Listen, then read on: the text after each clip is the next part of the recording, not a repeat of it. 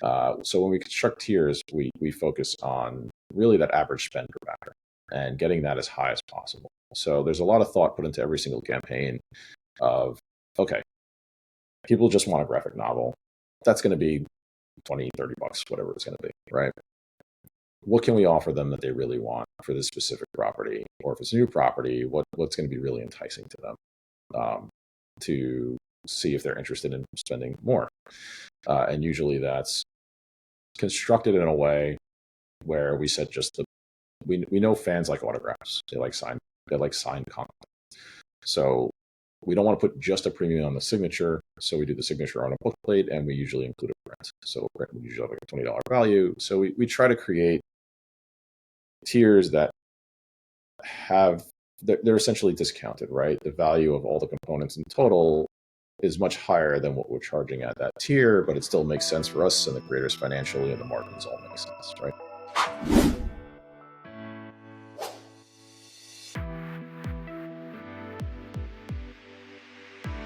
Hi, my name is Adam Freeman. This is Comic Industry Insiders, a weekly podcast where it's my job. I get a chance to talk to the people behind the scenes of the comic book industry, the people who make everything run and who are essentially blazing the ground of the trail that we're all going to be walking soon, much like this week's guest. Tom Akel is always one step ahead of you. Rather than follow what looked like a well-trodden path as a producer and executive in digital entertainment, he pivoted hard into comics and has successfully stayed on the forefront of new markets for comics at places like Webtoons and his own Rocketship Entertainment. Tom is smart, he's driven, he's annoyingly tall and attractive, and he's already at the party when you arrive. Once you get there, you see him. He's just across the room. It's hard to miss him. He's like 8 feet tall. Seriously, I'm not kidding. I can't wait to see where he ends up next, but I'm certain he will be easy to spot when we get there. Hey, Tom. How you doing, man? I'm good. That was perfect. Thank you very much. Couldn't have said it better myself. Yeah. Yeah, you know what? I got annoyingly tall and attractive from your LinkedIn. I thought that was bold, and I just want to say it was a choice. I think I want to talk about something that is really on the minds of most comics professionals these days, and that's something that I know that you have a background in. I want to talk about the buying and selling of ringtones, because I think that we this is something you did, right? Quite a bit of, yeah. Yeah. That was big business for a really long time. I remember it was very strange that this was all that digital entertainment was for a little while. Was buying ringtones. It's a very weird time back when we were all just getting our first cell phones. Yeah, like 2003-ish. Yeah. Yeah, exactly. And my understanding is that's when you met Stan Lee. Is that right? Yes. So I oversaw mobile media for Comedy Central and Spike TV. Comedy Central is much easier to develop ringtones for because it's just tons of comedians to work with. Some shows that have lots of catch up. South Park Library. There's so much kind of a wealth of content, where Spike was still a little bit of a growing brand and changing identity. And a big piece of that was, if you remember, the Scream Awards, which a portion of that was comics, and they would do Comic-Con coverage. So we kind of broke down what Spike was into sort of different verticals. Comics was one of them. And the only voice in comics that I'd ever known was Stan's from Spider-Man His Amazing Friends and the Hulk cartoon, in the, I guess, early 80s. And I remembered his voice. And he had a couple cameos at the time, but he was still always Stan Lee, but he wasn't the public-facing actor Stan Lee as we knew him across like the Marvel universe. Because that was still 2007. So really before like the huge boom of Marvel movies. So yeah, that's how I met him. I wrote and directed his ringtones. Which is arguably what made him such a celebrity, right? Is those ringtones. I mean, totally.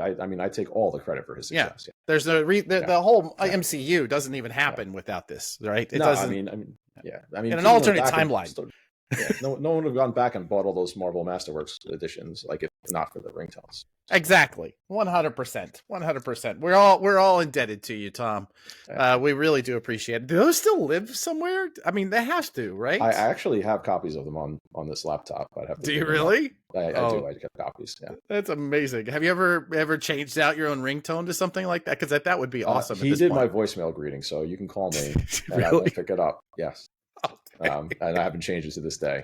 It's been on there, whatever, how many years it's been. Of course not. Because once you have it, why would you? Yeah, that's spectacular. Yeah. Well, that's wonderful. So tell me then about your relationship with comics, right? Because you do come from kind of a world, like you said, digital entertainment, where, and at some point you pivot, and we'll talk about some of that. But Sure. What is your lifelong sort of relationship with comics? I mean, I think like anybody in the comic industry, with probably very few rare exceptions, we all grew up reading them, right, as a fan. Right. So certainly, like that's where mine started. Mine was finding a box of comics in my parents' basement, like some old giant Mickey Mouse #1 and some old Justice League and Legion of Superheroes comics. I didn't know it at the time, but my mother had read a lot of comics when she was younger and was like really into DC comics. My parents right on where you are. Yeah. And my dad was more into my dad was super into Archie comics. So we had a lot of Archie Comics Digest and collected editions. I didn't get that into Archie, but I read them. Right. But obviously, started, at the same time, superheroes were on TV a lot. I don't give away my age, but I mean, Batman. I wasn't born in the '60s, but Batman '66 was on reruns for most of my youth, and exactly Super Friends cartoons, and then the early Spider-Man cartoons and things like that. So a lot of that, the Mego toys, probably does date me. Yeah, but that was just such a big part of my childhood. Dude, you have creating and selling ringtones on your resume. The cat's out of that bag, man. You're not going to be oh yes, I am an aging millennial. That's not happening here, man. It's I still pretend the ringtone thing was very recent. Yeah, that was just a few months ago. But yeah, buying comics, and then at the time, my parents would take me to, I don't even know how we found these, but there'd be like these comic conventions in like a church basement or something, right? Like, right. Back in those days when there may have been a creator there, but I was clueless. And I would just buy whatever comics looked cool because I was a kid. Right. And kind of grew up with that until finally, I don't remember if the store has always been there, but by the time I got into like 6th grade and was playing a lot of Dungeons and Dragons, and we found a comic shop that's no longer there called Collector's Kingdom in Huntington, Long Island. Yeah, where I went. I know exactly where. You went to high school in Huntington? I went to St. Anthony's High School. Yeah. My partner Gabby also went to she grew up in Huntington, so I knew Collector's Kingdom before it went. Oh, really? I think it burned down. I think at some point. The small shopping center got damaged. I can't remember if it burned down or not. I mean, the shopping center is still there. It's something else. I mean, I'm out there once a year to visit family, so I don't even know what's there anymore. But yeah, that's crazy. Yeah, we go out to Huntington all the time. It's a Where'd you go to high school? Oh man, I can't believe you're asking me that on the recording, and it's gonna live forever that I don't remember the name of the high school. Whitman? Or yeah, I think it was Walt Whitman. Yeah, Whitman? I think so. Yeah, I lived around the corner from there. Yeah. That is crazy. That would have been my public high school, but I went to Catholic school. Okay. Well, we'll have to talk about that offline, right? Because there's no need for us to figure out where you two intersected. This is the most interesting thing about comics is where I went to high school, right? Right. So I mean, at Collector's Kingdom, then so for comics, I had my weekly pull list. Lots of DC stuff, all the X titles, a handful of other Marvel titles, a bunch of indie stuff that I like Martial Law and Lone Cub and things like that. All the 2000 AD books. So I was reading a lot of that, and I was in high school when the first Batman film came out, and that was for people who don't know, huge. That was crazy. There was Batman kiosks in every mall, Batman stuff being sold on street corners. It was bonkers. 100%. Grew from there, and then Image started right around that. Just shortly after that, I got super into those titles, your old school 90s Yeah. foil image poster there. That's right. This was actually a mobile.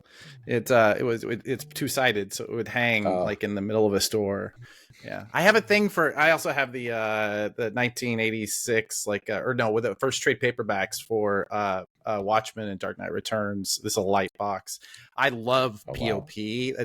If there's one thing I collect, it's that. So yeah. Yeah, that stuff must start taking up a lot of space in your Brooklyn apartment. Well, I have a storage unit that is a little bursting. Between that and the comps, you know how it is with the comps. Yeah. It gets to be bad. Yeah. So I mean, I think like all of us, right? I grew up a fan first and foremost. Yeah. And then my career led into entertainment eventually, and I was a Viacom for a very long time. Eventually at MTV as executive producer for digital for the network, and was asked by my supervisor, can we do anything?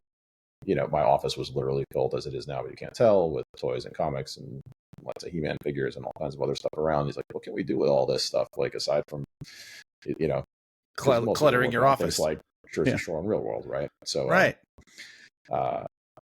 I pitched the idea of MTV Geek and MTV Comics. Took a while, got that greenlit, and that's, aside from dabbling in it, like a toe in it at Comedy Central and Spike. I worked with Robert Kirkman on directed and produced the Battle Pope animated series for Spike. Worked with Stan, a couple other comics related things that I'm kind of just blanking on at the moment. But because it was just a tiny piece of that business. Yeah. And MTV Geek was still probably only like 10 to 15% of my job, but it was certainly obviously a passion project, and it did extraordinarily well. So, that was really the first kind of like foothold in comics that I really had, where it's like, okay, now this is actually a real part of my day-to-day job. At some point, does that shift for you? Does it go from 10 to 15% to a larger piece, or does it always remain in that?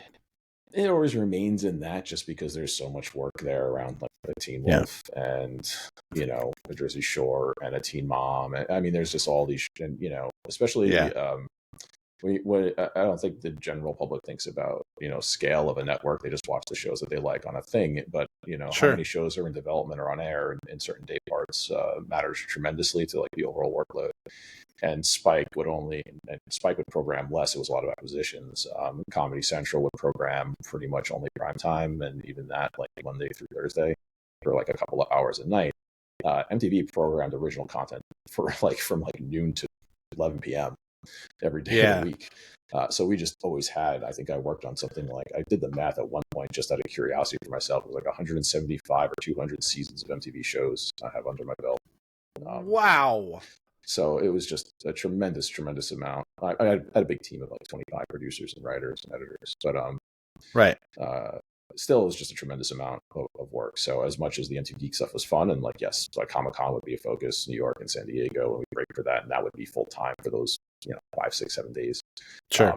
But other than that, it was like right back to the shows, and flying out here to direct dance crew photo shoots or whatever it would be. Yeah. I think so. This is the part when I'm looking at your career. This is the part that I think really jumps out at me is you make a leap from that lifestyle that many people like are legitimately fighting for and building their careers around. And you got to that place, and then you take this move over to work with Stan Lee, right? You move back into comics and like Webtoons. Like, Webtoon was my first full-time job. Was it? Okay. Viacom, yeah. So I was always working with POW, either directly or indirectly, sort of in different roles and different projects. A lot of that was across Spike TV and MTV. We did a lot of work together at MTV as well. Yeah.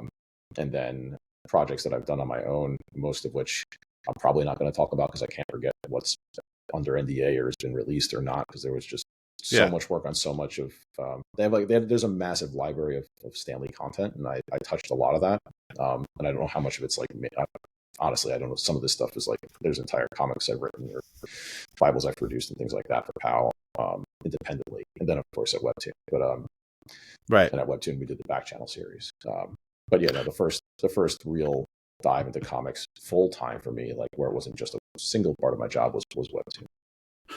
Well, before we get to that, because I definitely want to spend some time there. let's talk about Stan, the Stan of it all, right? Obviously, Sure. you gave him his career with those Yes. ringtones. We've Yeah, like you covered that mentioned. part. Yeah. Yeah.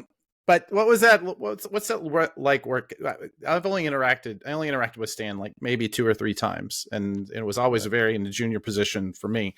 I never got a chance to work with him on a day to day.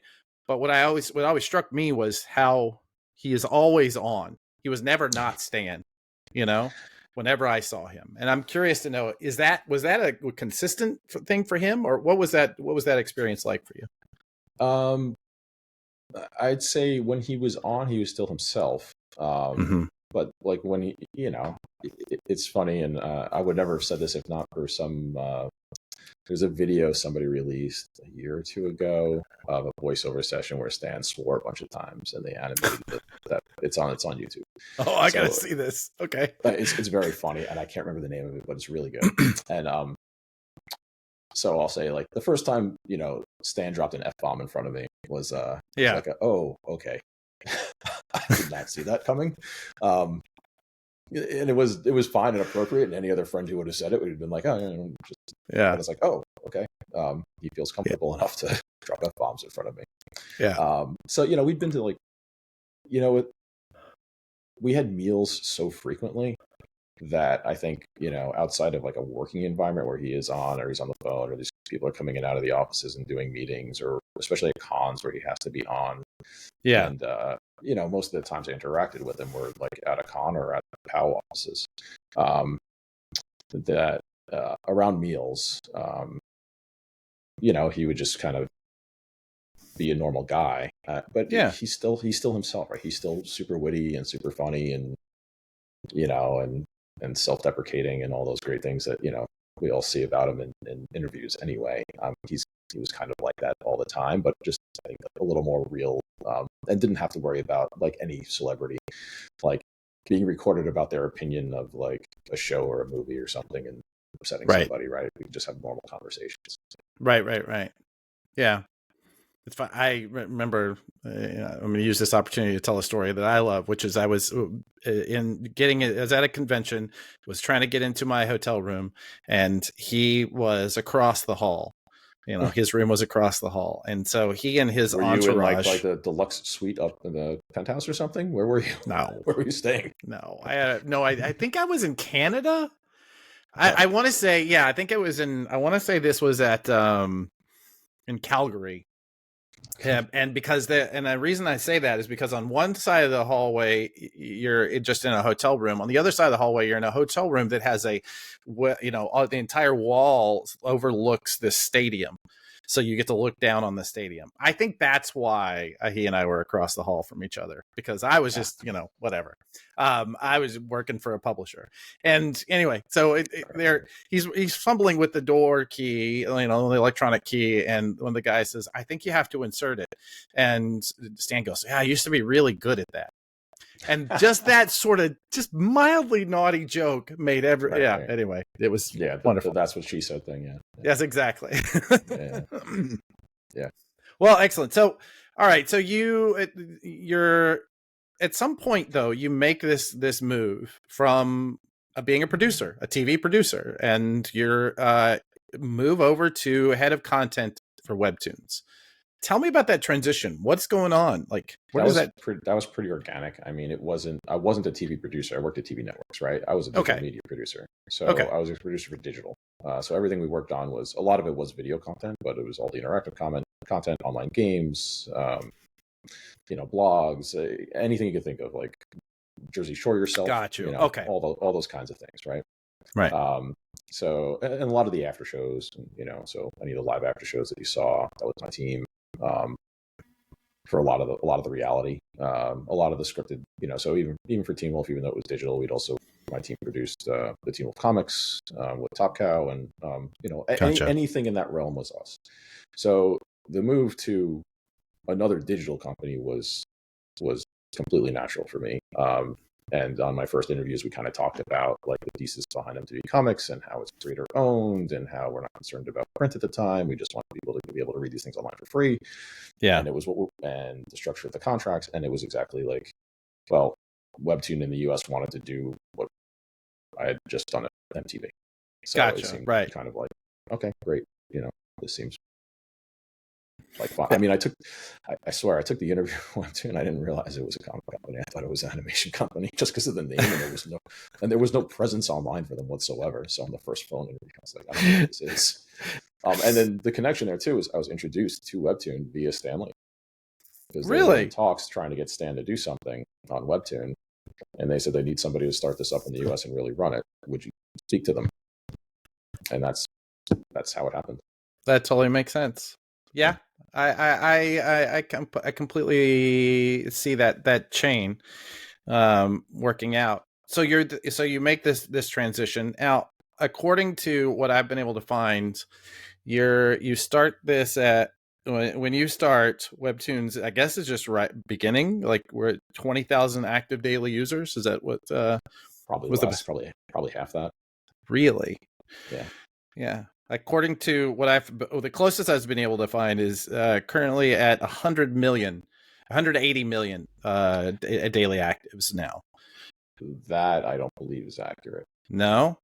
Well, maybe And not. if it is, it doesn't include US. It doesn't. It's not just US. It includes global. So Okay. the number, the 10,000 was US only. Gotcha. Users, which is a completely different app and build than the Korean one. Right. So actually, it's like two different apps. But I'm sure they roll up the number, right? Yeah, they must. Right. I mean, I would. Yeah.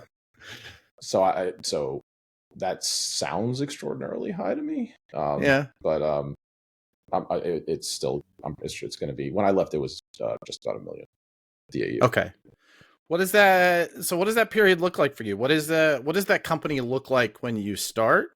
Like versus what does it look like when you leave? What does it look like today? I'm sure that you're very involved in them. What it looks like when I start was me and 2 employees who were from the Korean office, and 1 new hire who was from Korea as well, but Korean American. And that was the entire department. Okay. Along with a handful of people back overseas. My supervisor wouldn't speak English to me. We'd have to have a translator at the meetings. Wouldn't or couldn't? Wouldn't. Okay. Those were very interesting meetings. I bet. Those were video conferences, like a once a week video conference at 6 p.m., which is the start of the day there. Yeah. So it'd be like, oh, very confusing time for me. But the office was big though, because there was a company, if you remember the Line app, which I think delisted off the stock exchange and is no longer really active in the US. Okay. Which was it called? Line, LINE, is a messaging app. Okay. They went public on NYSE or NASDAQ. My second year there, I think. And they still have a store in Times Square and some things like that. But the app itself never really broke through in the US. It's still, I think it's still tremendously popular in Japan and in South Pacific. But that office was huge at the time. They had a lot of employees, and eventually they unfortunately had not grown and had layoffs. So the office was like fairly empty for quite some. It was a really kind of interesting few years there. And then the team grew. So we started to hire more and more people in the US. They grew the marketing team. I had recruited Matt Foster, who was our SVP of marketing at Spike. Who was a good friend of mine from there, and I kept in touch with over the years. Helped recruit him over to come to Webtoon, because we knew we needed more marketing help in the US. And then, when I left, the team was probably still not huge, maybe like 30 people in the office. That might be generous. Not a lot. The content team itself was only 5-6 people at any given time. I mean, tremendously overworked, way too many titles than we could actually pay attention to and edit. So Sure. creators are on their own a lot. You kind of like the real process there was get people up and going, and then they're on their own a little bit. So less editorial attention paid. I think now they've staffed up considerably. They say there's over 100 people in the office. Frankly, I don't know. But Like, so are they really? I mean, are they acting like a publisher in that they have editors that are interacting and oh yeah, working the we did when I books? was there. Like Okay, the idea was to read every script, edit every title, but it was just the workload was just it was not sustainable by any stretch. I mean, people working nights, weekends. The guy next to me, who's the head of content, he might be, I think he's the head of the U.S. now. He was falling asleep at his desk a couple of times. I catch him and try and send him home. yeah, It was rough. yeah. I've been in that kind of environment. It's Yeah, everybody wants to be nobody wants to be the thing that fails, right? yeah. Nobody wants to be the thing that slows it down.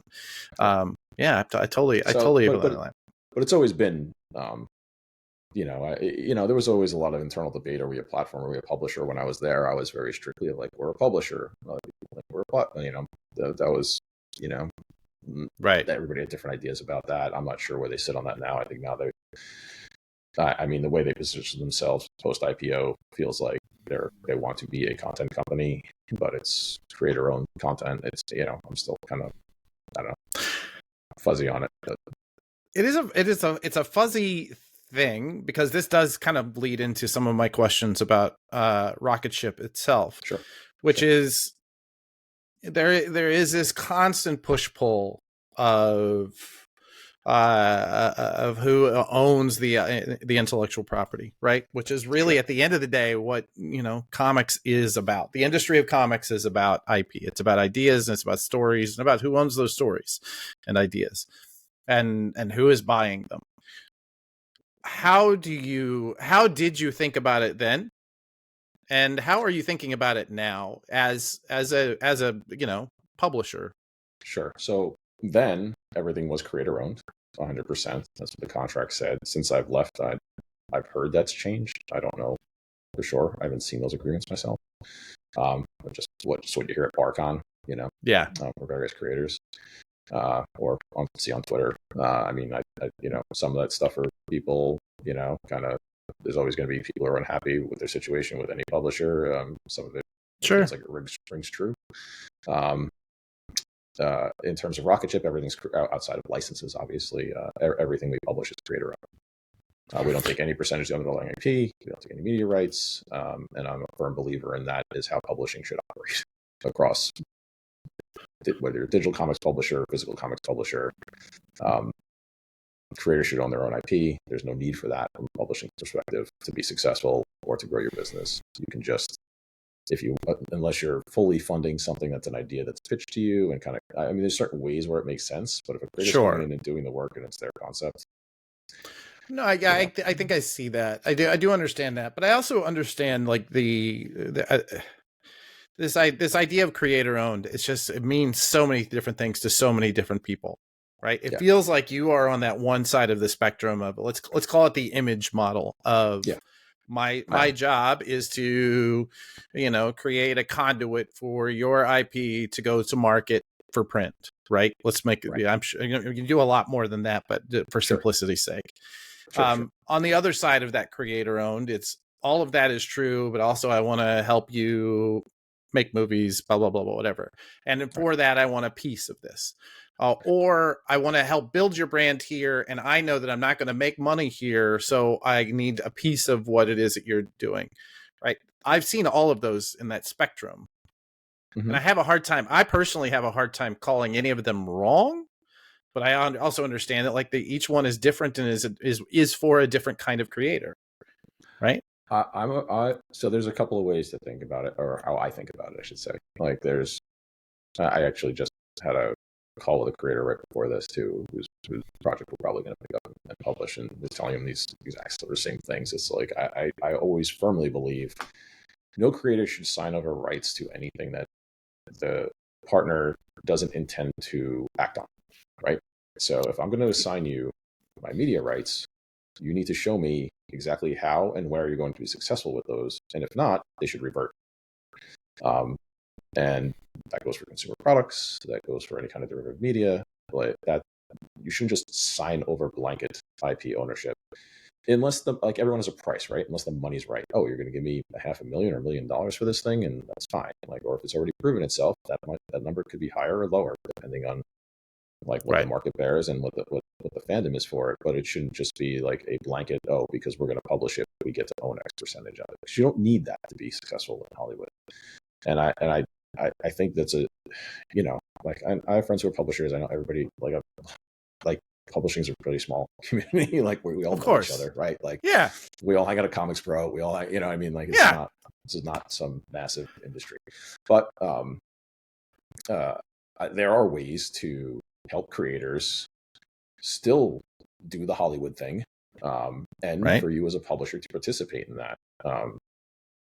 And there's better ways to set those things up. So you could option a property, you can sign a shopping agreement. Those don't have to be ownership into your publishing agreement and mean underlying ownership in the IP. Because I think what a lot of creators don't realize is that when someone has a piece of the ownership in your IP, even if it's 2%, good luck doing chain of title and not getting a publishing release signed off on by whatever streamer, producer, or studio wants to work with you. It's not going to happen. As soon as that IP is split in any way whatsoever, you're in bed for life. And if your partner decides to be difficult or a bad actor, sure, you'll have avenues to like overcome that, but it makes your life a lot more difficult. So if I'm a creator, give me an option agreement, 18 months, 12 to 24 months, first period of renewal, fine. After that, no. I mean, this is why these standards were set in Hollywood. And I think too many entities operate outside of what have become pretty fair. I mean, Hollywood's still Hollywood, right? Like, sure, these things are what they are, but like, at least, harshly negotiated, fair best practices that like studios and agents, I mean, that's why there's strikes. That's why there's collective bargaining agreements. Like these things have been established in a way that makes sense. And constantly in comics, you see people trying to circumvent that. And it's like, just follow those standards. You can still be successful. You can still make creators successful. Like all boats rise together, right? Like, and one of the reasons we don't sign rights is like, oh, you're going to be the next Walking Dead. Wonderful. We'll sell 5 bazillion books next year. Like, the profit on the books is better than the profit on the show. You know what I mean? It doesn't even matter. The revenue that comes back from a television show is usually insignificant compared to what consumer. I mean, everyone knows. I mean, anyone who pays attention, like look at Lucas, right? That's how he built his empire. It's all about consumer product, right? Yeah. It's all about licensing. It's all about that. Yeah, 100%. So, anyway, and plus, it's just why tie a creator up like that? Like, what does that accomplish? Does an IP that's essentially dead and sitting in your library for 20 years really help your valuation, your bottom line, or does it really just make their life miserable? I don't know. Sorry. That's great. No, honestly, that was an excellent answer. And I shut up because I wanted to make sure that I'd be able to use it as a clip later. So let's talk about Rocketship. Actually, first, let's talk about who is Rob Feldman. And Rob Feldman's he's my co-founder at Rocketship. Rob's a real kind of a jack of all trades. He is on paper our CTO.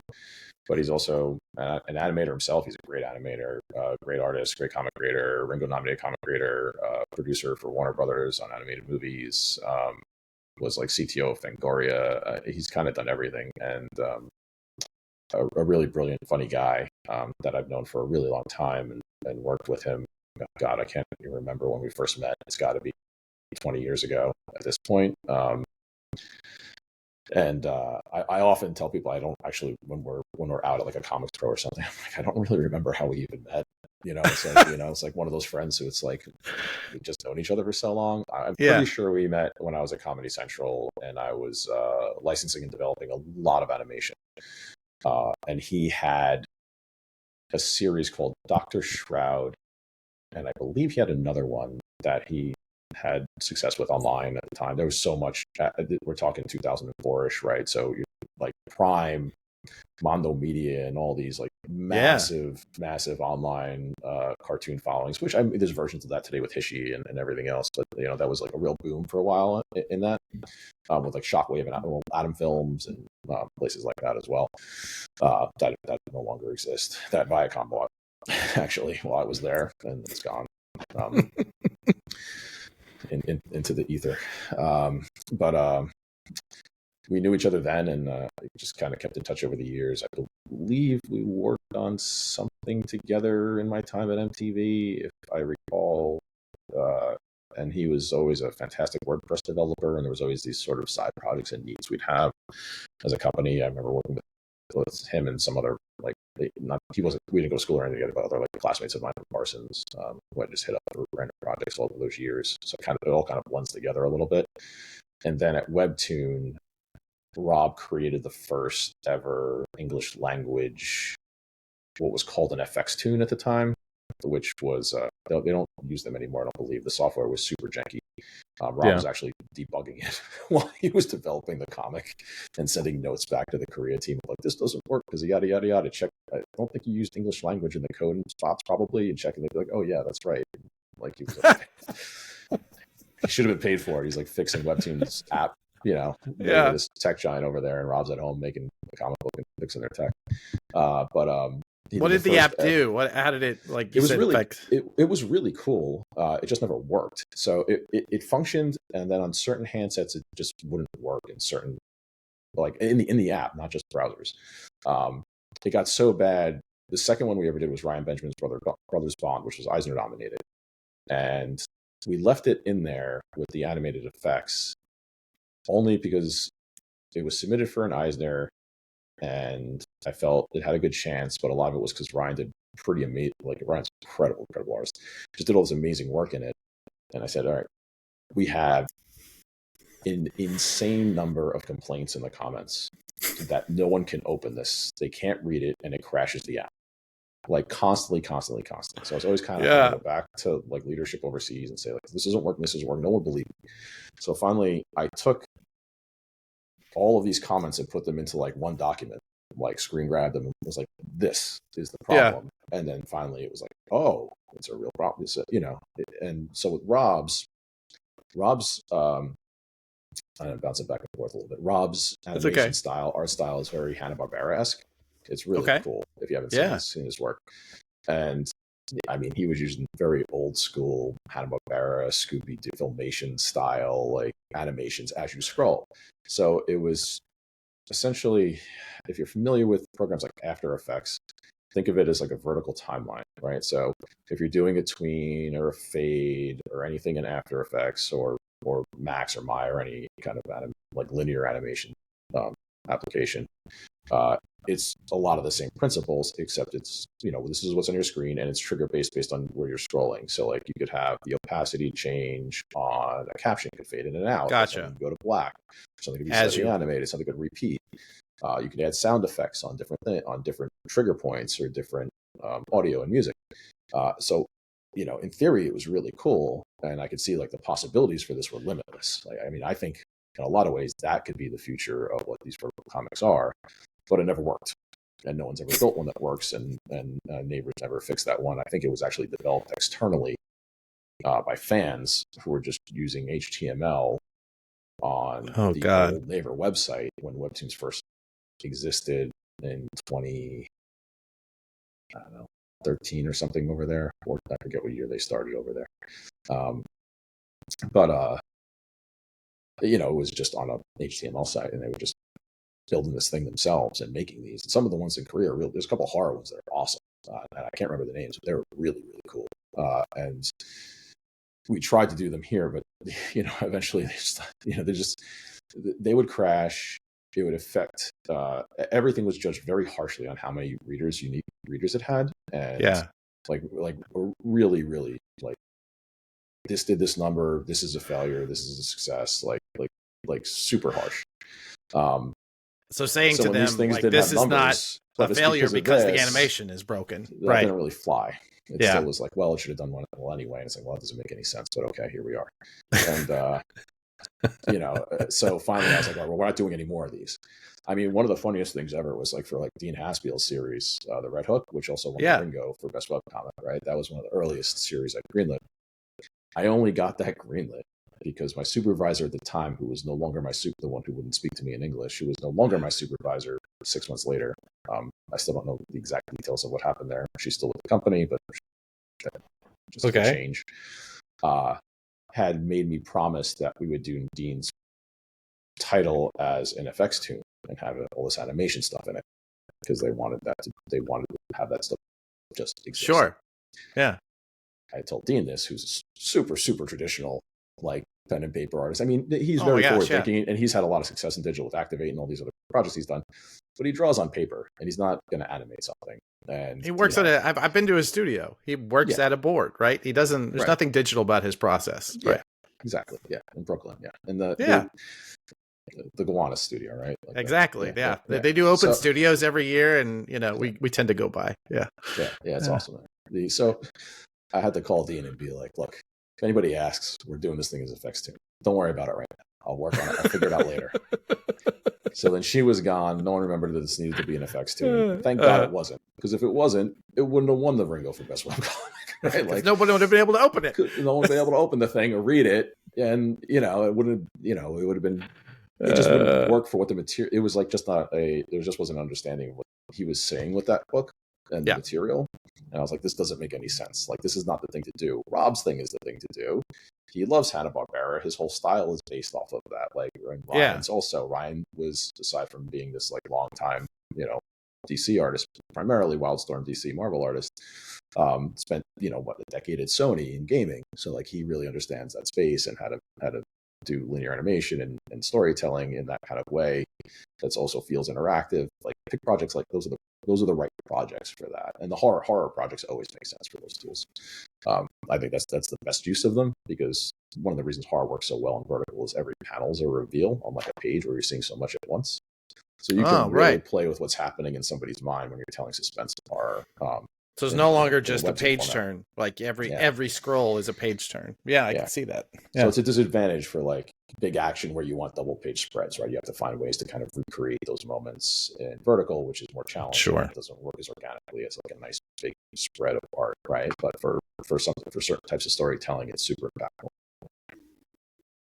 That's really interesting. I guess I hadn't really considered that as, so much conversation about digital comics versus print comics and those, but the idea of picking one or the other format based on the style of storytelling, based on the creator, based on the needs of the story. Right. Yeah. I hadn't even actually considered that. It shouldn't be one or the other. They're just different. Right? Yeah. Like it's like tools in a bag. Better as a television show or as a film or as a web series or whatever it is. It's 100% the same sort of thing. Like they're both visual arts mediums. They're both kind of comics are comics because that's what we call them. But webtoon formats. What Naver and Kakao and Manta are doing, and Pleasant and all those companies. It's just a completely different type of storytelling, and some things work better than others. Some things are superior there. Some things are inferior. Yeah, 100%. I wondered too if that's. That's obviously that's where the scrolling has genuinely taken off, where, I think digital comics, comic books into a digital platform seem to have always struggled. Is, it's not native to that place, or not native to that format. Yeah. Reformatting traditional books for vertical. I've done a bunch of it myself for Webtoon. Mm-hmm. We did a lot of Top Cow stuff, a lot of legendary stuff. I know they did some with they did a Marvel book, one Eternals, when the movie. Tell me about how you and Rob, you are adept at digital comics. Rob is obviously an incredibly talented animator. You are adept at so many things in this digital space. And yet the two of you decide to form a company that is focused on putting ink on paper. Yeah. Where does that come from?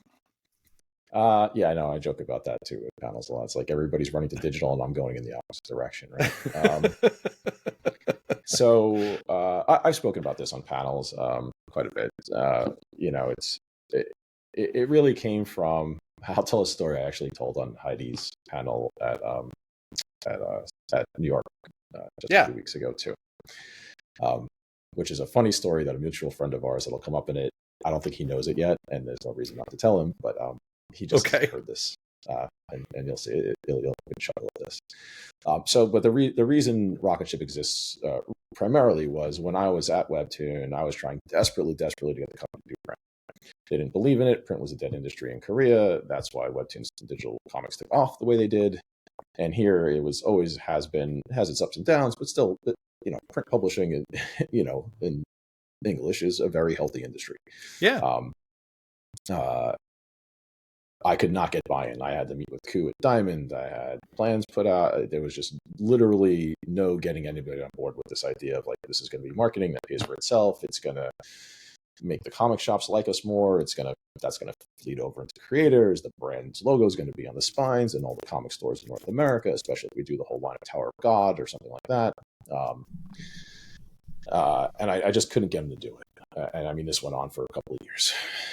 So finally, and at the same time, was trying to get print partners on board. So creators were free to print on their own. So a couple had like just on their, like, so Dean did Red Hook at Image, and Stephen McCrane did Space Boy, which is going on its 757th volume at Dark Horse. I'm exaggerating, but it's ongoing for so long. It's fantastic, by the way, if you're not familiar. But outside of those couple of handfuls and some people self-publishing, there was never anything really happening there. So I couldn't get any traction internally. So started to speak externally, and this will be the part of the funny story of this, because we all know now how successful this is as a business in print as well, these titles. But was in talks with Oni Lionforge to be our print partner for everything that we did. Now, the creators retained all their print rights at the time. I don't know if they still do or not, but certainly it seems like most of them do, because we still get pitches and pick up titles from Webtoon creators. Yeah. But they would have had the entire line.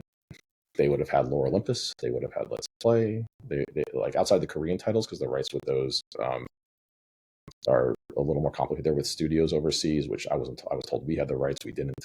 Things like that. But as far as the English language webtoons, many of which have gone on to do tremendous sales, that would have all existed under Oni. So all of that would have been Oni's. If they just all they had to do locked was it up, not blow me off on email, and followed up, and I followed up a few times, and that was the end of that. This is obviously before Hunter's time, obviously, right? And I still haven't told Hunter this. I'm sure at some point he's going to unearth it as he's going through his predecessors' emails. I'll tell him the next time we're at Comics Pro Karaoke. That would have been and they've picked up a couple of webtoons at Oni since, Covenant and another. I'm blanking on the name of which, maybe did they get Sub-Zero also? Or I think Covenant and Sub-Zero. One might be at Viz. I'm not confusing them, but obviously then, like, we started this company. Viz has picked up some. Oni's picked up some. Penguin Random House has picked up some. Webtoon started their own imprint. Right, which they were unwilling to do for so long. After all this, it's like the ship has kind of sailed a little bit, but they even stole our editor. I had Bobby Chase under contract working for us, and they hired Bobby Hogan. She's not there anymore, so I don't really know what happened there. But anyway, so all these. All these publishers now started to pick it up really after the first, probably, this all I think happened post the Let's Play Kickstarter, right? And everybody saw, right? Oh wow, this is real, and that's kind of how it happened. I couldn't get anybody to take it seriously internally or externally. I also believe at the time, which is why we do crowdfunding first, was especially at the time. Now it's a little different, obviously, but then retailers weren't going to take it seriously, especially the direct market. Right. There was this very anti webcomic, like, kind of still belief, that one cannibalizes the other, which I think at this point, finally, everyone understands that's not true. It's not a thing. I wouldn't say everyone. I am absolutely certain that there are people in this audience who are going to argue with you. But the truth is, I feel like they're wrong. Free to argue with me, and then they can go look up Lore Olympus's sales on Circana. I mean, right. It just is what it is. Like, they can go look up Soul 11 sales, right? Like, I mean, Jesus, those are even bigger, right? Like, I mean, that's not a thing. People want to buy it in print, and these aren't titles that necessarily would have found a publisher. many of them wouldn't have ever found a publisher. And certainly 100%. stores would be unlikely to carry more than a couple of thousand copies, and these titles are selling hundreds of thousands of copies, right? Like, so they're making everybody. Yeah. So everybody who's participating. Let's be clear about that, right? I mean, some stores don't carry the stuff, but right. it's those conversations of like, like Heartstop, right? Like, I mean, it's hard to argue with the numbers when the sales are what they are. They may not be so for certain retailers. It may like looks up, tons of stores are still and probably rightfully so. They're a Marvel DC shop. That's the stuff they know. They don't have the staff or the bandwidth or the shelf space to change that. And some 100%. shops are larger and in the right sort of geographic areas to be successful with like a broader selection. I mean, just it's fine. I mean, that is what it is. But the idea of like digital cannibalizing print sales is that's crazy. That's never been the case. Would you say that are there any titles that you feel like have been massive hits on the digital side that have even yet reached their potential for print? Or do you feel like that's something that we have we topped out on anywhere? I think the top of the funnel has been exhausted. All those titles have been signed. So they're all in print. What I'm saying is that have those all those top of the funnel titles, have they found the market yet? Like that's the curious piece for me is there still room for growth even at those big with pieces? Those titles? Yes, specifically, I think more with the mid-tier titles, there's room for growth. Okay, that can reach sort of the levels that some of those others have or find audiences that they just didn't. There are plenty of fantastic books that just don't take off on digital for whatever reason that can do really well in print. There's fantastic books that are in other medias that may not take off well in digital. Same thing like adaptations to film, I mean, there's all kinds of reasons why things do or don't do well. I mean, I think for those big hit titles, I mean, everybody's with a good publisher at this point, whether it's us or someone else. And there's not a ton of room because awareness is now high. So there's probably still some level of expansion to happen. Yeah. But Barnes and Noble takes this seriously. Amazon takes this seriously. Comic shops now, the ones who carry this stuff, take it seriously. There's some growth there, but it's not going to like change the overall numbers by hundreds of thousands of units. Right. It's still it's incremental, right? There should be there's maybe some incremental opportunity. The only real spikes you'll see. I mean, we'll see what happens with Let's Play next year when the anime drops, right? Like, things like that. When there's a major piece of media out. Just like, I think Walking Dead was probably selling like 14,000 copies a month. I remember in that range was like the numbers. I think that sounds right. Yeah. Right. Monthly, which is still terrific for Robert and did really well. Especially during that period. Yeah. Yeah. But wasn't, the show hits and it's like 10 million a year and net on the graphic novels alone or something, some insane numbers. Pallets and pallets and pallets of just that volume one alone. Yeah. 100%. So media can change that, but media changes everything. So. That's true. Tell me, I want to dig into crowdfunding and some of the pieces that you guys have set up because you were so early into that space. And I want to say to the audience, if we've cut out anything, Tom here is wonderfully given us time today, even though he's launching a campaign as we speak. So he's occasionally looking at another screen. No, I'm not. Speaking of crowdfunding, but before we get into that, texting our social media manager right now that we're live. There we go. Okay. Sorry. You were saying. Before we dig into that, I want to talk about, we all have a COVID pandemic story. Sure. What I found really interesting about the piece of your story that I found was that it came during a time when you were going to transition from just being a crowdfunding company, seemingly from what I can read, to, broader distribution.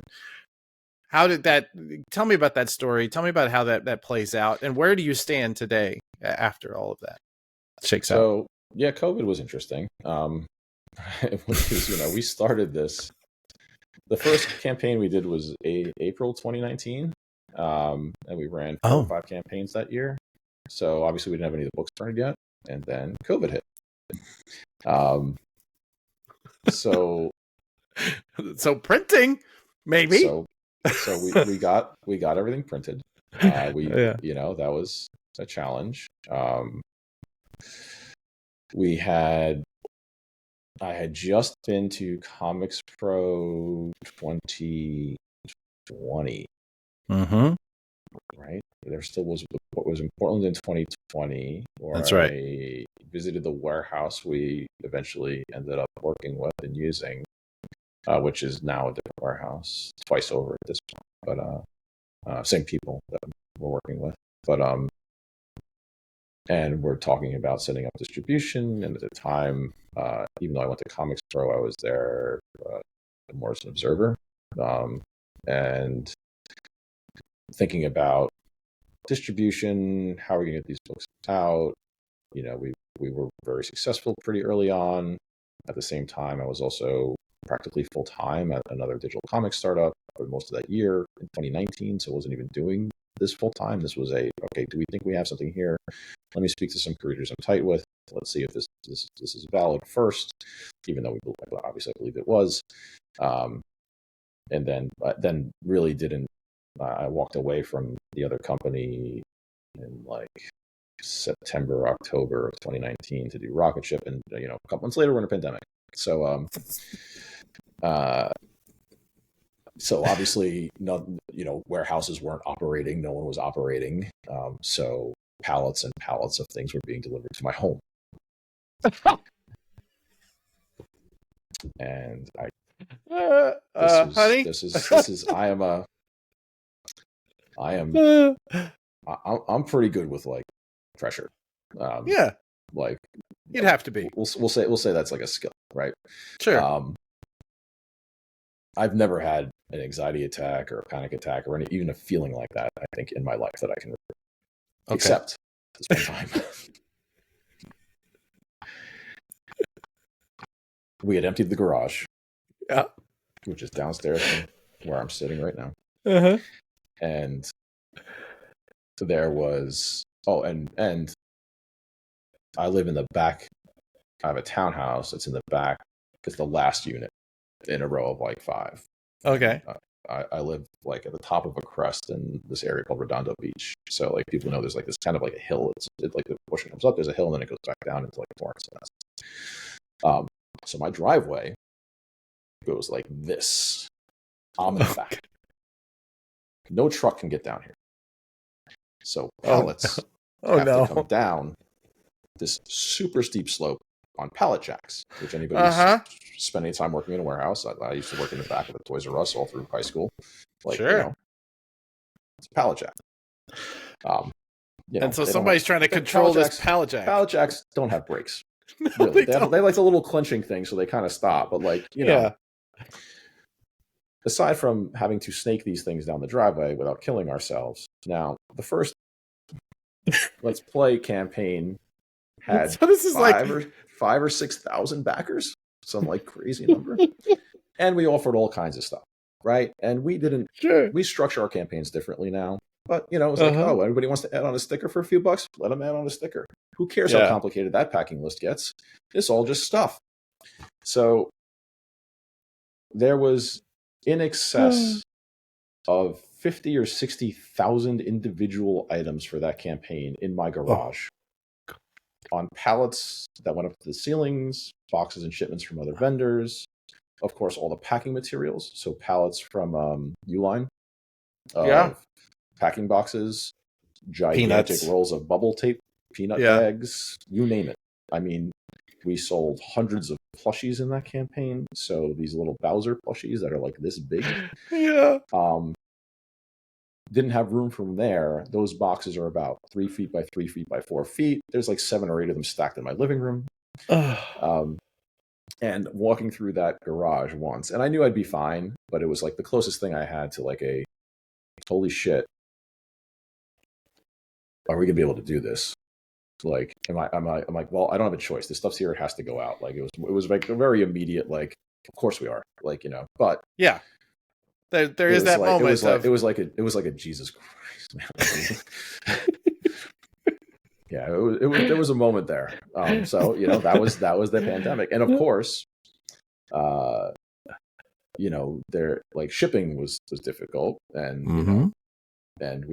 they had just put in a postmaster general who had removed automatic scan machines or something from all the post offices, so packages don't get updated anymore. All that fun stuff that happened several years back. I remember. Yeah. Yeah. So that helped. So it became like literally packing up my pilot in the back and like going to whatever back of a post office. Like we got to know, many of the postal workers in the back bays of all the post offices in like across all of Los Angeles County. Because there's only you got to spread out the load. Spread out the load, and I could only get so much in the car at once without renting a U-Haul. But if I go rent a U-Haul, which would have been fine and affordable to do, but it was, and I could get that down the problem driver probably. But like still, like what am I like? They're not going to accept that much stuff at once, Yeah. Like they're going to be overloaded with it, and then stuff gets lost or damaged, and and we couldn't pack that quickly anyway.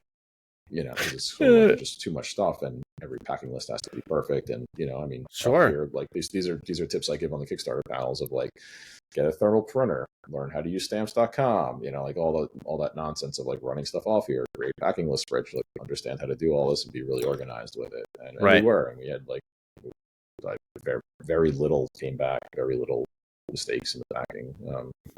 I don't remember anybody really. I think like maybe 10 people like were missing a sticker tops out of 5,000-6,000 people or something. We did a good job with it, and then moved into post pandemic, and we did that with 3 or 4 other campaigns all out of the garage. Not as big as Let's Play, but and then got it down pretty quickly. Figured out a system and set up like an assembly line thing for these, and got everything organized. Right. There's no choice, right? But to figure it out. And it literally started. It's like a startup out of a garage. It was a startup out of a garage, and then that's how it works. How startups work, right? You got to do that minimum viable product. You have to build it all on the fly until it works, right? Yeah, and then you hire someone else. Yeah, and that's what we did. Yeah. And then at the time, was in conversations with another publisher to not even be the publisher ourselves, to kind of be more of a studio to get these things made. Then and the same thing, pandemic hit, and it was like, well, that's going to fall through. And the publisher are really close friends of mine, the people and just sort of was like, this doesn't make sense for anybody anymore. They were like, yeah, we don't know how to do this. Like, Diamond's shutting down for a couple months, and it was like, such a weird time. Going to be our own publisher now, fully. And set all that up. Met with Simon & Schuster, set up distribution through Simon & Schuster. And coming out of the pandemic, we were really strong because we were fulfilling those campaigns and running more, and it kind of gave us this ability to one, like most entertainment, we saw a nice spike during the pandemic, of course, to sales, and then coming out of the pandemic, being as successful as we were for a couple of years, it allowed us to kind of come into the industry. We never did a big press release. We never did big announcements. I did so much of that stuff at the previous companies I was with. It was kind of like, let's just get this up and run. Yeah. And then we can people will be recognized when the time comes, and it gave us that advantage to say like, oh, well, now we can like fully do a 200 square foot island exhibition at the first New York Comic Con coming out of the pandemic, and we can start to travel to cons, and we can work to do marketing and pick up more projects, and then kind of be instantly, quote unquote, real, right, to the rest of the world. So coming out of it was great for us, just to be able to say like, okay, look, here we are. Now we have all these titles. Now we have all these books, and it wasn't that many, but in terms of us, it was. And kind of just enter the market from a place of strength, as opposed to just being a pure startup. Right. I think it's a wonderful model, and I think that many people obviously have turned their eye to what you already built systems in, right? So many are now going, yeah, maybe crowdfunding. But I think you identified that obviously as a way to begin, as opposed to an add-on. And I think that was really smart. Let's talk about that. That's where you started. Where are you now? How many campaigns are you running a year? Like, tell me about not how many a year on your plate right now. How many are in fulfillment? How many are active, and how many are gearing up? So we have 1, 2, 3 live as of third one live as of 10 minutes ago. Launching another one tomorrow. So I'll talk about those too. But those are all up right now. We have 1 or 2, possibly more this year. I might want those to early 2025. Just because I'm just kind of a stickler of like making sure my team can rest over the holidays. And, things like that. But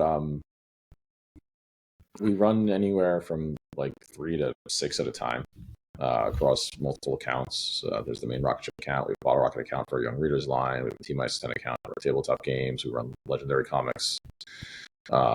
And then we have a couple of like other standalone ones, like the one we do tomorrow, which is this thing called Comic Book Boot Camp, which I'll get into in a minute and hype up properly. So we haven't changed in that. Crowdfunding was so strong so the crowdfunding kind of conversation is almost like deeply tied to the notes about like how serious will the market take this? Will retailers take this? Publishers won't take it seriously. Webtoon won't take it seriously. No one will take it seriously. So what do? We connect the fans to the creators, and the best way to do that was crowdfunding. Make them part of the process, give them the things they want, let them be able. We've actually changed products on the fly sometimes because of the feedback in the campaigns. We've unlocked different things because of the feedback during the campaigns. And fans like that one-to-one connection they get with webcomic creators. And there's no way to replicate that in the real world outside of like an artist alley table. And how many people can you realistically see? 100, 200, Right. So, we were trying to unlock thousands of people to have access to this content. And that's how it started, right? And obviously that worked. So since then, part of the thesis there was, well, let's run these back to back. And let's get fans from one into the next. Let's offer discounts. Let's cross promote. Let's have creators do art for different ones or contribute something, and really kind of create like a real ecosystem here for this. And that really worked. And now we have a newsletter with 30,000 subscribers on it, and we have we cross market all the different campaigns, and some are sort of different genres. So some are easier to cross market than others, and really just built up a kind of direct consumer business that sustains us with really high margins. That has allowed us to enter the retail market at a slower pace than probably most other publishers who go directly to retail, and that's their first and primary window. But again, like I've been happy to do that, but we don't, we didn't have the types of books that they were embracing. So now that that's proven, and we're distributed Simon & Schuster, our books do get listed in previews via Simon & Schuster, and I'll give you the announcement I promised before, which we have not announced yet. We signed with Lunar earlier this year, actually much earlier this year, and we're putting out our Lunar catalog for the first time in the next month or two, offering a steep discount to retailers on our back catalog. And going forward, in addition to the Simon & Schuster global English language distribution, we will have Lunar distribution for the direct market going forward. So all of our titles will be in there. There'll be certain incentives for the direct market retailers that won't exist outside of there. And they will have access in a way that the broader retail market does not have to specialty products from our Kickstarters that we just don't have the sort of demand for or the means to really send out into true mass. But for direct market specialty, these are items we think that will do extraordinarily well for them, or they'll certainly have the fandom they know is coming into a store for a certain title and say like, oh, well, we can get the deluxe edition of this thing or the box set of this thing, or whatever specialty product we've made. Is that the first time you've actually mentioned in public the Lunar distribution deal? Yeah, that's yours, man. Exclusive. This is my first exclusive. That's so exciting. 100%. Excellent. Well, congratulations. Yeah. That's really wonderful. It's a weird time to be navigating distribution in the direct market. There's so many different factors at play now. I think congratulations on settling that. It's a smart play. So yeah. and we needed a direct market distribution because we have announced it, but next year or the year after, we have the Angry Birds miniseries written by Katie Cook, which we've not announced the artist for yet, coming. Oh, so awesome! That is going to be single issues first. It'll be collected edition as well. Single issues first. Will that be we'll be doing a Kickstarter pre that? Not for Katie's book. So Interesting. we announced the both Angry Birds series at San Diego this year. There's kind of two components to it. There's an early readers, young reader series that Katie's writing, and then there's a middle grade series that Paul Tobin is writing with Tom Zoller on art. The middle grade is a series of 3 graphic novels, 150 plus pages each. The first is The Haunting of Hog House. The second is Level Up, and the third I'm blanking on right now. I should have them all memorized, but You'll get there. I'll get. Well, there was like 7 or 8 great pitches from Paul.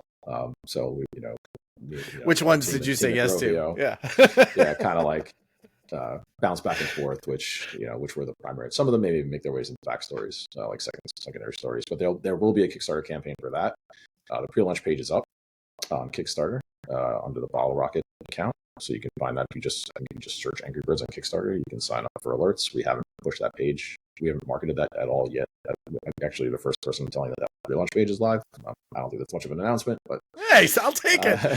But, that's up, and you'll be able to pre-order all 3, not the kids series, but all 3 graphic novels in the one campaign. And there's going to be a bunch of other exclusives like plushies and apparel, and some really cool enamel pin sets and things we're doing with the team at Rovio. Some just exclusive products that haven't been released publicly, and they've been just absolutely freaking amazing. What a great licensor to work with.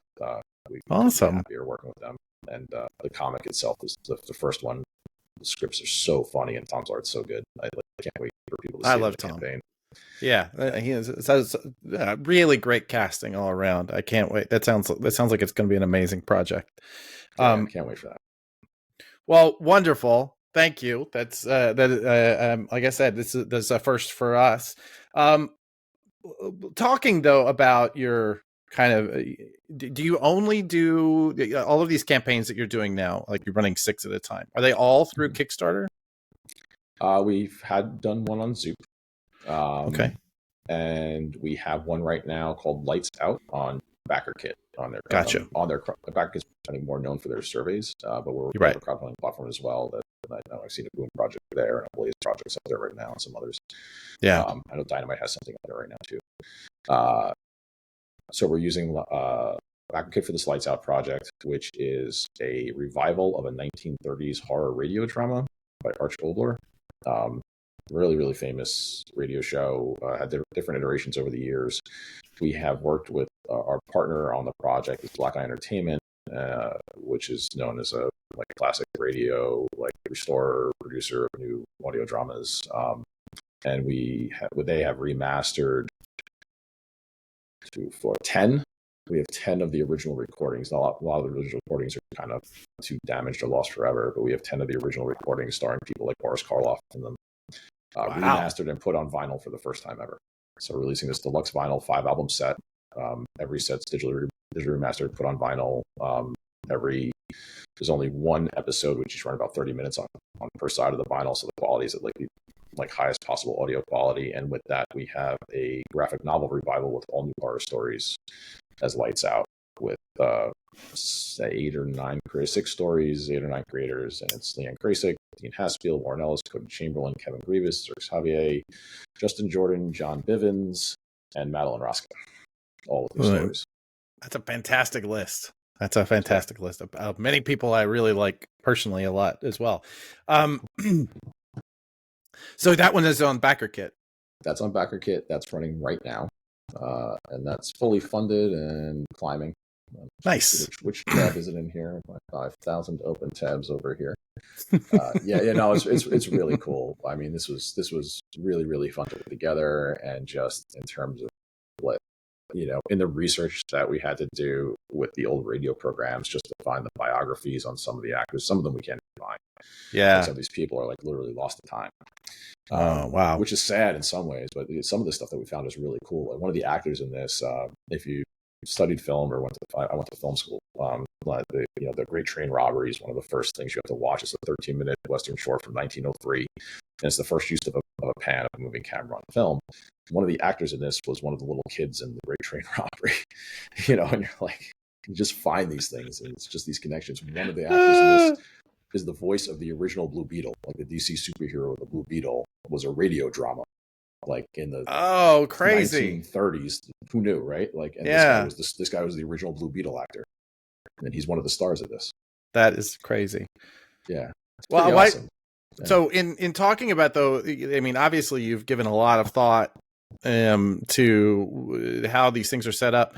This is the one that you decided to drop on BackerKit. What was Yes. it about this particular campaign that made it fit better there as opposed to Kickstarter? Backer came to us, Yeah. and are putting extra support. They wanted to put extra support behind one specific project. This was one that was, since it was an anthology and it was music related, felt like, and had some pretty big names attached, that Yeah. a little bit of a, even though it's a new platform, kind of a too big to fail type project, as well as they were going to put like Backer putting additional marketing behind this Yeah. campaign for us. Which was the first sort of, I mean, we would work with BackerKit for years on the Sure. survey side, on marketing side anyway, and they've always been great. They're best in class on the like marketing and advertising, as far as I can tell. And I love I haven't really played with them yet on a campaign, but the pre-launch features are really exciting that they're building right now.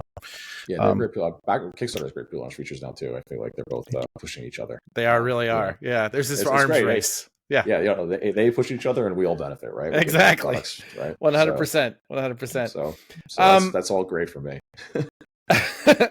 What do you have any principles that I mean, obviously you've had as much experience to this probably as anyone at this point.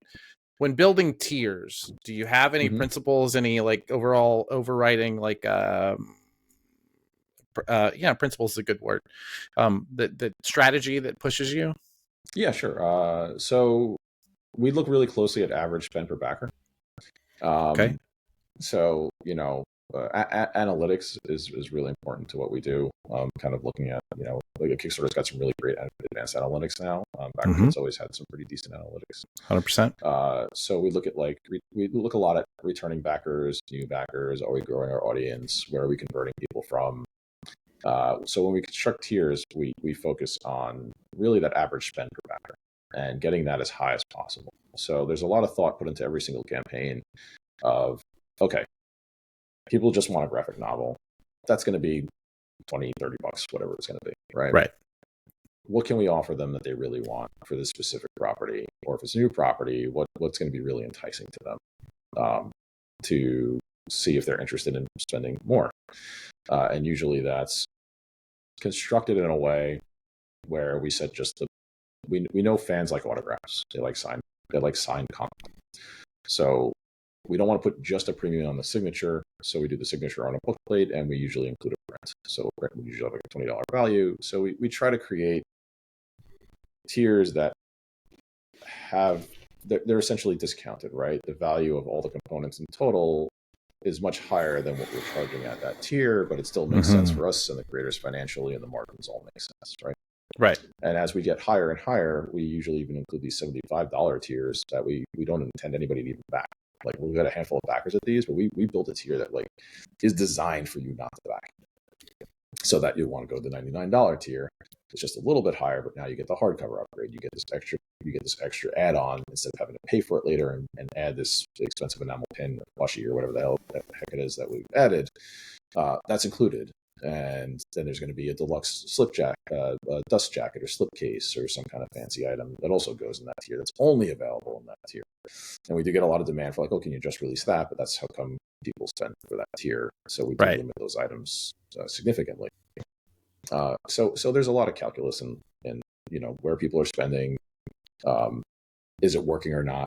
Like, are people leveling up into the higher tiers? And then we try to throw in some big carrot tiers on every one of these campaigns, which usually is something like a you appear in the comic, and that's price property. Commissions that we work on with the creative team to make sure they make sense for everybody to do if they're willing to do stuff like that. And yeah, I mean that's more or less it. So there you go. There's the strategy. Well, I love that. There you go. I love that that half step that you're not expecting people to get to in order to get to the step above it. I think that's a nice little gem. I really appreciate you giving us that look behind. Yeah, and then there's things like we did too, like a FOMO tier, right? So if you've missed the first Yeah. campaign, we do specialty combinations of things. Oh, that's cool. Campaigns. Yeah, and with an eye on like, can we offer? Do we have enough stretch goals left over from the first campaign because they're just sitting in our warehouse? Can we throw those in and give everybody a chance to missed out to kind of jump back in and feel like they didn't miss anything? So all those kinds of considerations all the time. Yeah, of course. How when you're setting that initial goal, right? What is that? Do you set that as is that a marketing piece? Is that a logistical piece? Is that like what is that goal? Our goals are marketing driven. That's what I thought. Yeah. Yeah. I mean, you see the goals. So $3,000 doesn't go very far. So right. $3,000 goal is at this point artificial. It's just to say we got funded quickly, and it also affects that, depending on the platform, like especially, I mean, we're talking mostly Kickstarter. One Zoop campaign, one backer campaign. I think there's only like 3 campaigns live on BackerKit at all in the comic space right now. So it's not like discovery is an issue. Same thing on Zoop. Discovery is never an issue. On Kickstarter, there's a lot of projects, right? Yeah. So when you're funded, you funnel into different rails on their site, and you show up in different newsletters just dynamically, things like that. So it's important to be funded, and it's also important for backers. There were studies on this. God, it was years ago, but I think it still holds true. Is there's a definite backer who will only back something that's funded, right? Or it'll increase the likelihood of conversion increases exponentially to something that's funded versus not funded. Even though you're not spending the money, if it's not funded, you're more likely to back something that is funded. And when you see something has momentum, it does create that FOMO and certain things. So we had this campaign for a webcomic called The Weekly Roll that crushed at over 3,000 backers. It just ended a couple of days ago. And he has a very, very engaged, dedicated fan base, the creator. And it's a Dungeons and Dragons style comedy, which is right up my alley anyway. Right. But I think like there was, and I'm sure he probably found new fans as well, just because there's such an audience for that. But when something has that level of momentum, there's a definite like, what am I missing out on? Right. Sure. If you're just fishing around the site. Yeah, exactly. All right. Well, that actually does lead me to the next question, which is, what makes a Rocketship book? Is there? I mean, obviously, curation is a big part of what you're doing. What is there? Is there an overriding aspect? Is feature to all of the books that you bring? Is there something that? Is there a Venn diagram where they all come together? Quality is first, right? It's something that we like. We like the art, we like the writing. We feel like there's an audience for it. Obviously, there's some times where I'm unsure of the audience, but I feel the book is so good. We just want to have it in the library and see if we can do something with it. We're very candid with our creators when we sign someone of like, hey, look at, this is kind of the state of the market. This is what we feel the opportunity may or may not be for this book. It could be risky. So if we don't, if you feel like we're not the publisher for you, that's fine. But we instead of finding something that checks all boxes, a lot of it's what fits into the areas where we're strong and where we're trying to grow. Like what are those verticals, which is probably not super dissimilar from most publishers, but we have our kids line. That one's probably the most challenging, which is why we've licensed Angry Birds and Felix the Cat. We have some fantastic kids books. We have Foxfire's Spirits the Soul Collector. We have Upcoming Book Tomorrow by Kevin Kahn and Nate Lovett. And then we have Mark Wolfman's first ever creator-owned book, Mech and Me. Really? Which we have the first few pages in for now. That'll be kickstarted next year, right after, I think it's Angry Birds, then Commander Tomorrow, then Mech and Me. And then after that is Kevin Grievous's Monstroids. I'm really excited about that as well. I love Kevin. What a sweetheart awesome. That man is. Yeah. So the young readers line is constantly kind of evolving and growing, and crowdfunding for young readers books is the most challenging of all categories. And so we always try and find something that's kind of like, okay, is it going to break through? Is our license is going to help elevate these other books? There's all those. So it's with anything on the Bottle Rocket line, it's always just thinking about the future and how this is all going to kind of come together. over time. Yeah. For the rest of the titles that we publish, it's our strongest titles romance, right?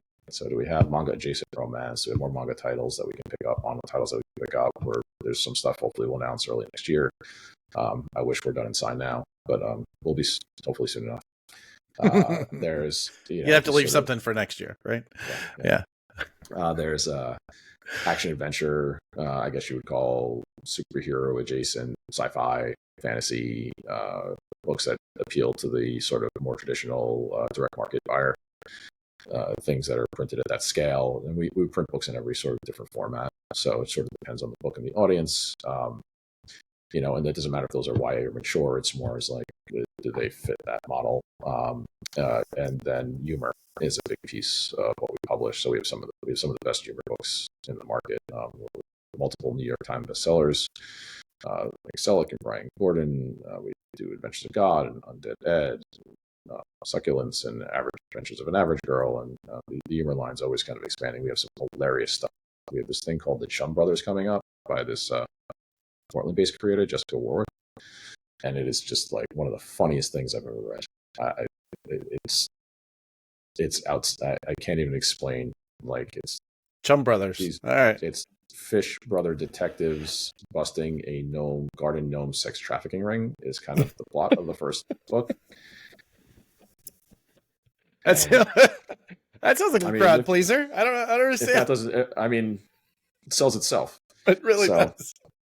It's interesting though. You're saying these genres are doing so well for you, and these are all genres that have typically really struggled in the direct market. I think specifically, but also arguably in the book market too, as far as like comics goes, historically speaking, until we got to a place where digital comics are years. Yeah, exactly. Years. Yeah, the sort of let's play Heartstopper, Lore Olympus trifecta. Right. Those are all let's plays with us. The others are with two different publishers, but that all really sort of helped open people's eyes to that. As something that really, really works. I mean, it's funny because manga romance does just fine. Right, this is a two different audience, right?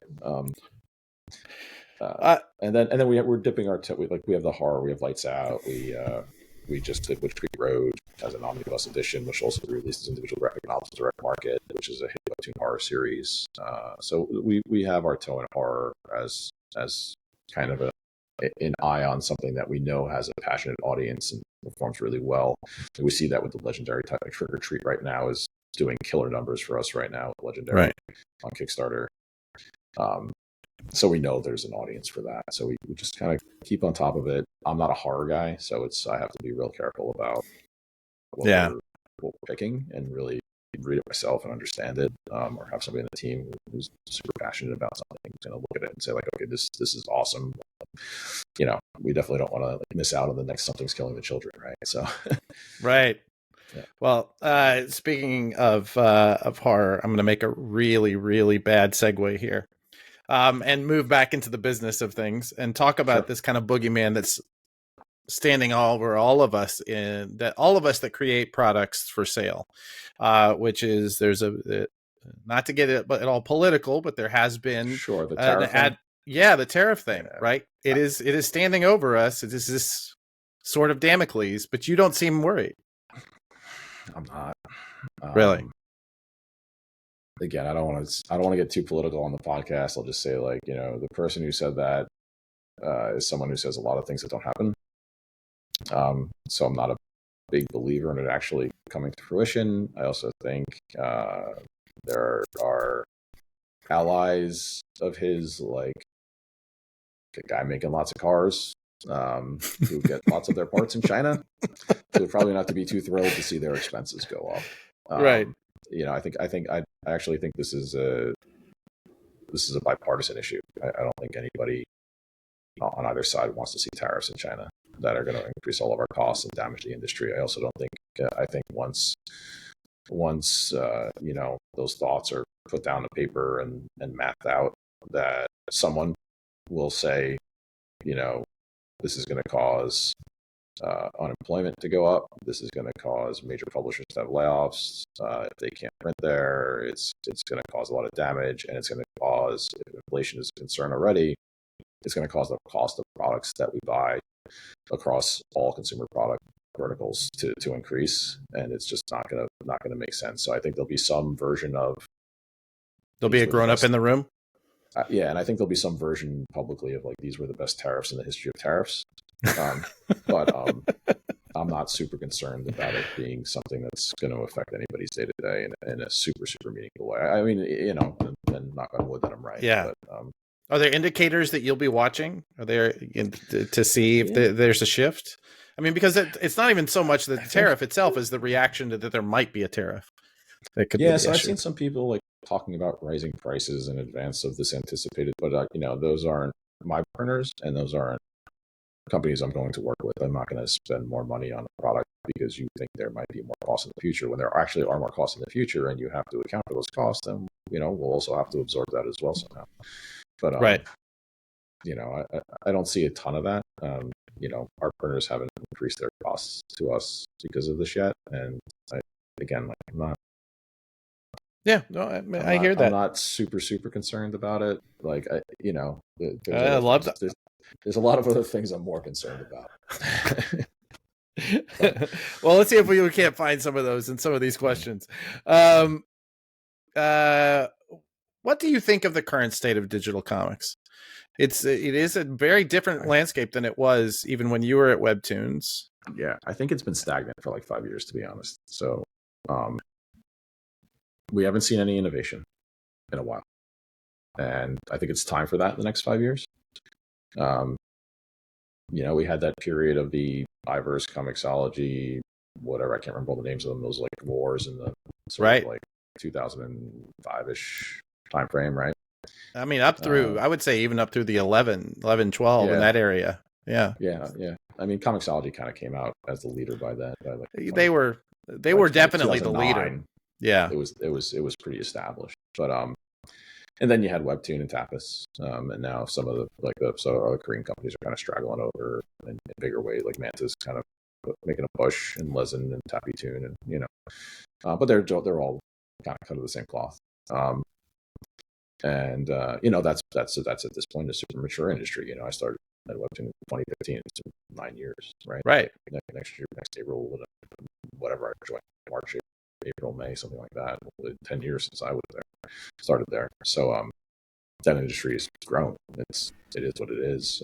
So I think there needs to be some sort of reinvention, use of new technology, whatever that's going to be. I think for a while there's a lot of pushback on things like NFTs. We'll see what that'll never resurface because of the way the market went. But there was potential for innovation there, despite people think of the technology or the environmental impact, which I think was probably properly addressed towards the end of it. But at that point, with the crash, with that industry, that kind of ship has sailed. But I think there's going to be, and hopefully it's not AI, but there's definitely the AI boogeyman, right? Right.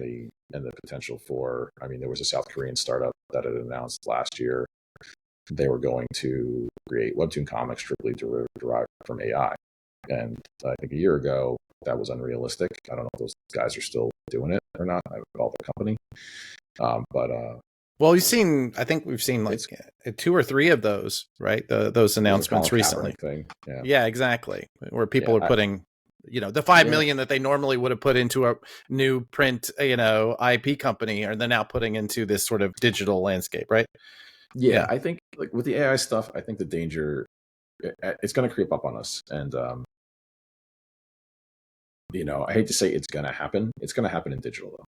I don't know if it's going to happen in the print industry. I had somebody approach me at a panel at New York Comic Con who clearly wanted me to be on the side of making AI comics. And I had to, kind of be like, well, no publisher's going to do that.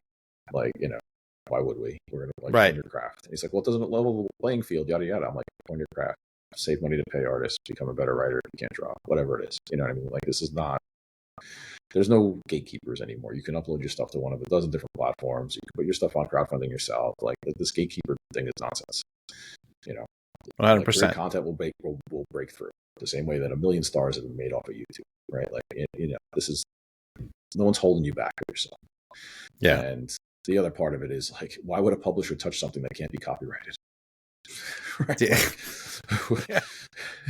What's the point? It's in that, no longer right? a property. It's just, and let, you know, and let me, yeah, and I'll bring it up one more level, which I said this to a couple people. They laugh because I don't think, I guess everybody knows this, but just think it through. I'm like, if all you're, and I am going to like simplify this in a way that I think a prompt engineer will find offensive.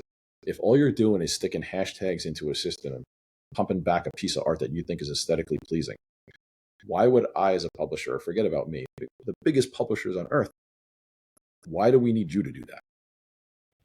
Like, if we wanted to publish AI created comics, why can't I hire someone on staff right, for very low money, or a freelancer to just do it for me, work for hire, and I'll make as many as I please? This isn't hard, what you're doing. Like, ChatGPT is very easy to use. Midjourney is very easy to use. Like, anyone can do it.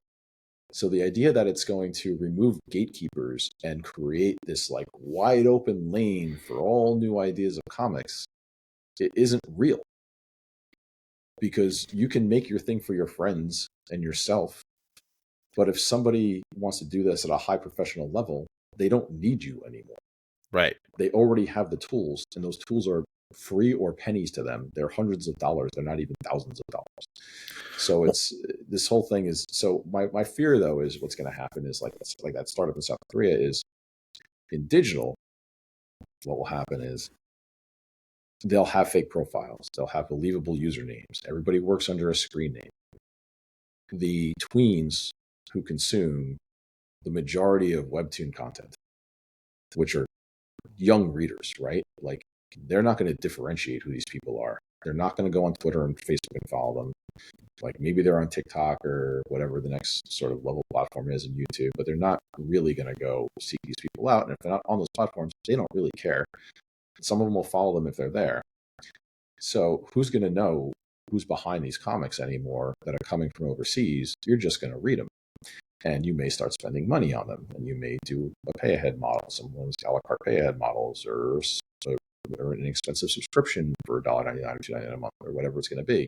Right. Or they'll be pumping ads through it, right? And what do we do as an industry when that happens? That's going to happen. So what are we going to do when that does happen? And we're looking at, oh, this other platform here has 2 million readers every month, and none of the content is made by a human being. It's all machine generated. Now, people in the US may, eventually one of those things will backfire. There'll be negative press. People will abandon it, and those things happen too. What was the company Sheen or Shine or something with clothing? And, right. I remember hearing about that. Yeah. These things get exposed. Yeah, my daughter was really into clothing until she found out what was going on, which I clueless. I was like, it's online clothes. She likes it, whatever. She needs a shirt for school. Fine. But eventually get found out, but I mean, we're going to get inundated with that, and it's going to be very easy to do. So does it just reach critical mass and start to break apart, and people start to really identify, like, okay, this one's legitimate, this one isn't? That'll be interesting over time. And I still think there's, outside of that being the scary piece of digital comics and where it sits today to where it will be in 5 years, I do believe there's like a lot of room for innovation in terms of like creation, monetization, greater tools, how content's categorized and marketed. I mean, the biggest complaints we still see from creators are things like discovery, monetization. There's a lot of complaints. No one's addressing those complaints. And in fact, they're exacerbating. So like, when are those going to get fixed? Yeah. And is it going to require the players currently to reinvent? Or is it going to require new platforms? I mean, right now there's clearly only about 3, 4, tops 5 real digital comics players anymore right now. Global Comics, Webtoon, Tapas, maybe Manta, and those would be the ones I would list. You know better than I. That's it. Yeah. Really? Any meaningful? I mean, like I like what they do at Tiny View. There's other ones that I think are cool, but like, they're not breaking through, right? Yeah. So we'll see. The future, I think, is definitely like that stuff with the AI stuff. That's going to be an annoying, rough road with like lots of people being pissed off. It's going to be that. It's going to be that no matter where we go, right? It's going to be every aspect of our life is going to be annoying for a while until people figure out how it fits, I think. Yeah. All right. Well, I would want to be. I know that we're coming up on the time, and I want to be conscious of the time you've given, especially on the day where you're launching. And I definitely appreciate that. So I do have the one final question. So far, you've accurately predicted and gotten involved in scrolling digital comics well before crowdfunding, well before it became a standard and needed part of any publishing plan. Both before they became crowded and noisy spaces that they are now. And since you are basically the authority, that I would think of on both of those spaces together as everybody else is catching up. So I guess my question is, what's next? Where are we gonna? What party am I gonna go to and see you there already standing in the corner? That's what are you looking at on the horizon, or can you talk about it? Ask me next year.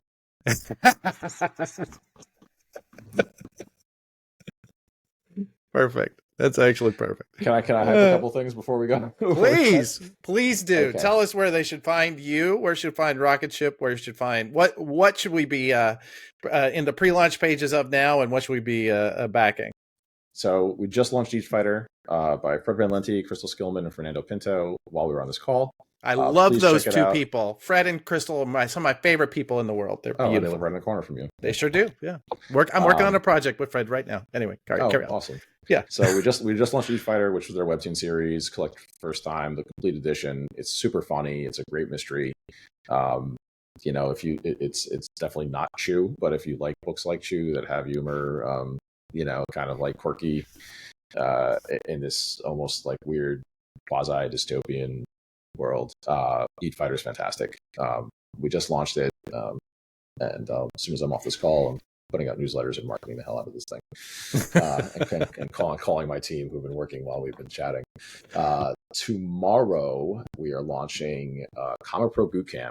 It's a series of 4 workbooks, and you can just bear with me to read this. So for both of these, just search on Kickstarter. For Each Fighter, search on Kickstarter for Comic Pro Bootcamp. I already spoke a lot about Lights Out. That's on BackerKid. But for Comic Pro Bootcamp, this thing has over 1,000 followers now on the pre-launch page. It is one book on how to write comics, one book on how to pencil, one book on how to ink, one book on how to color. You can get all 4. It's going to be the first in the series. There'll be more books in this series, and the creators, and I'm probably missing some because this is from the pre-launch page, are Ryan Benjamin, Will Spartaccio, Carlos Leanda, Mark Wolfman, Erica Schultz, David Walker, Fabian Nicieza, Kevin Grievous, Sandra Hope, Richard Friend, Matt Banning, Alex Sinclair, and Tony Washington, with forwards by Frank Miller and J. Scott Campbell. So if you want to learn how to make comics, or even if you're a professional, and you want some insight on, how Marv Wolfman does his character interaction matrices, or how Ryan Benjamin uses primitives to develop these incredible. I mean, he's one of the best artists I think in the world in the mainstream comics, or how Tony Washington just won an Eisner for a book for coloring, and if you want to, any of these creators are someone who from beginning all the way to the most established professionals, you can always learn something from. And there's more people involved in that too that I'm missing from this list. And that launches tomorrow around noon PST. And the books are priced quite reasonably. I think it's $20 for the soft covers, $25 for the hard covers. And it's one of those where there's not actually there is no $75 tier to get you to spend more money. This is very straightforward. Like Gotcha. This is an educational series. We want this to be like the gold standard for how to make comics, because there just hasn't been something as comprehensive. We all have like a couple of the DC writing ones, or the How to Draw Marvel Tom Away, and those are staples. You should have those. But sure, a real comprehensive series like this ever done that I'm aware of. And Ryan and Wilson and Carlos and Alex have been teaching these workshops for 5 years, at least 6-7 years maybe, all across the country, at San Diego Comic-Con, at WonderCon, and there's they just wanted to do this in a way where they couldn't do more work. They do them online constantly, but there's only so many hours a day these guys have, because they're all full-time working professionals. So this is a way to really get that knowledge out there in a bigger way. And then pre-launch page, I think I mentioned already, for Angry Birds is up. So you can just search Angry Birds on Kickstarter. Oh, God, what am I missing? Probably something.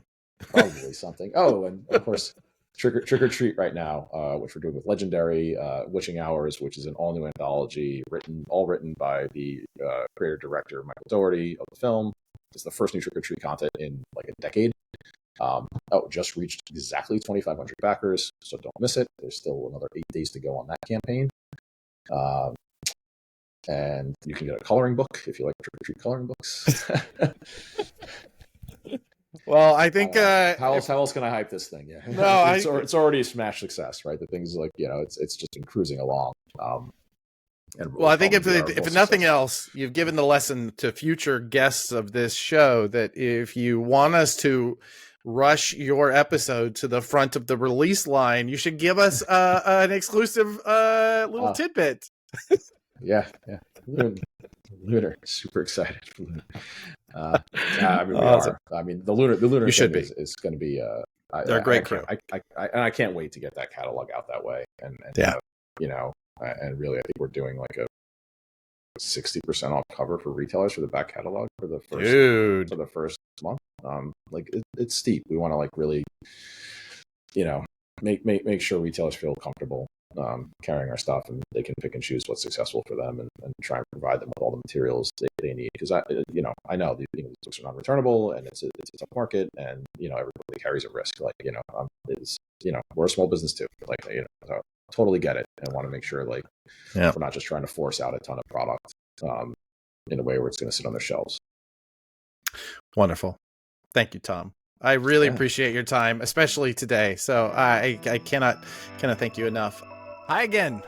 Thanks so much for watching Comic Industry Insiders. It, as always, is our pleasure to talk to the movers and shakers of comics and to bring you those conversations.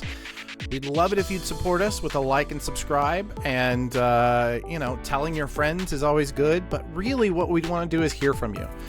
Any questions, any suggestions you have about our show, any suggested guests, frankly, anything at all, we'd love to hear from you. Our producer is nearly always Stephanie Gerk, and our researcher is Anthony Militano, who makes me look much smarter than I am. All right, guys. Thanks so much. Namaste, y'all.